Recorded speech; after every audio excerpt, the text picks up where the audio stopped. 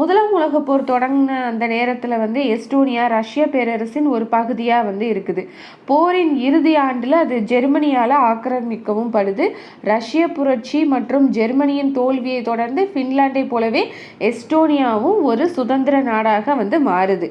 November 1918 German துருப்புகள் சரணடைய தொடங்கிய அந்த சாதகத்தை வந்து பயன்படுத்திக்கிட்டு சோவியத் ரஷ்யா வந்து மீண்டும் எஸ்டோனியாவை வந்து கைப்பற்றும் நோக்கில் வந்து தாக்க தொடங்குறாங்க.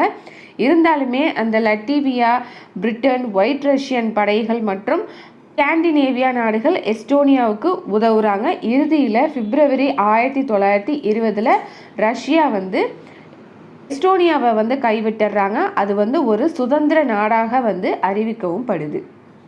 லட்டீவியன் ரஷ்யா போர். எஸ்டோனியா மாதிரியே லட்டீவியாவும் முதல் உலக போருக்கு பிறகு ரஷ்யாட்ட இருந்து சுதந்திரம் பெற்று தனி நாடாக வந்து